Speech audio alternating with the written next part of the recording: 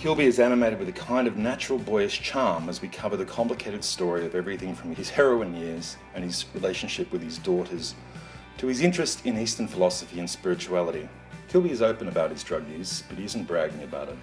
Instead, there is a sense of sincerity, hoping that his honesty will fill a gap in knowledge about how people get on and return to the drug time and time again. The whole time I was on it, I was trying to kick it and was always unsuccessful or drift back into it.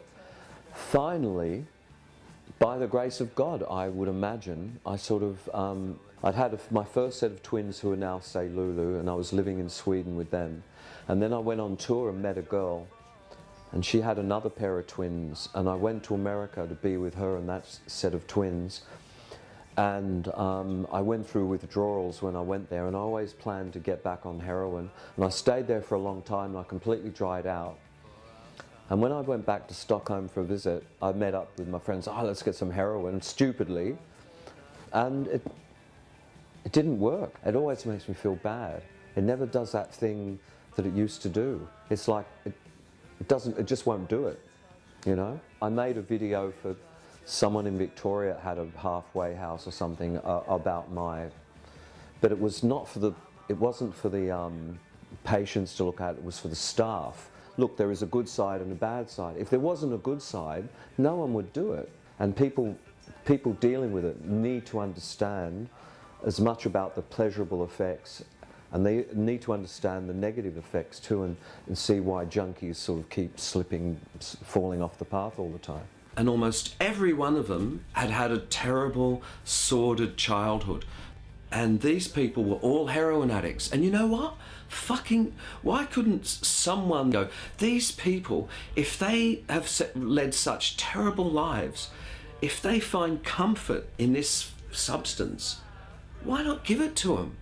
You're never going to rehabilitate them. They're never going to be part of society.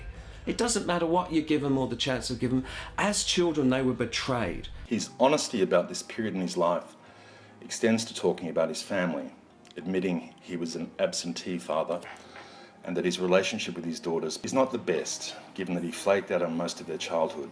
I was a junkie when they were kids, and I was absent on tours. And then when I finally started to straighten up, I had another pair of twins and moved to another country. And they're we're not as close as we should be.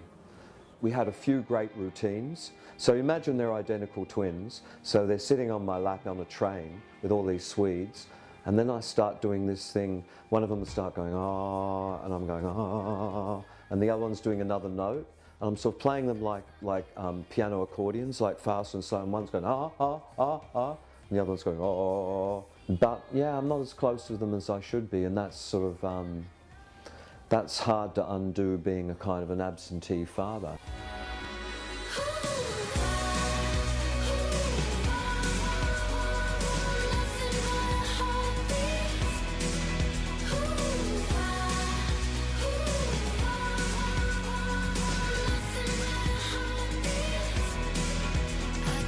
I think they like it when I think their stuff's good, but if I thought their stuff was bad, they kind of brush that off as well by sort of going, you don't understand, we're not making music for you, we're making music for other people. And so, yeah, no real advice yet.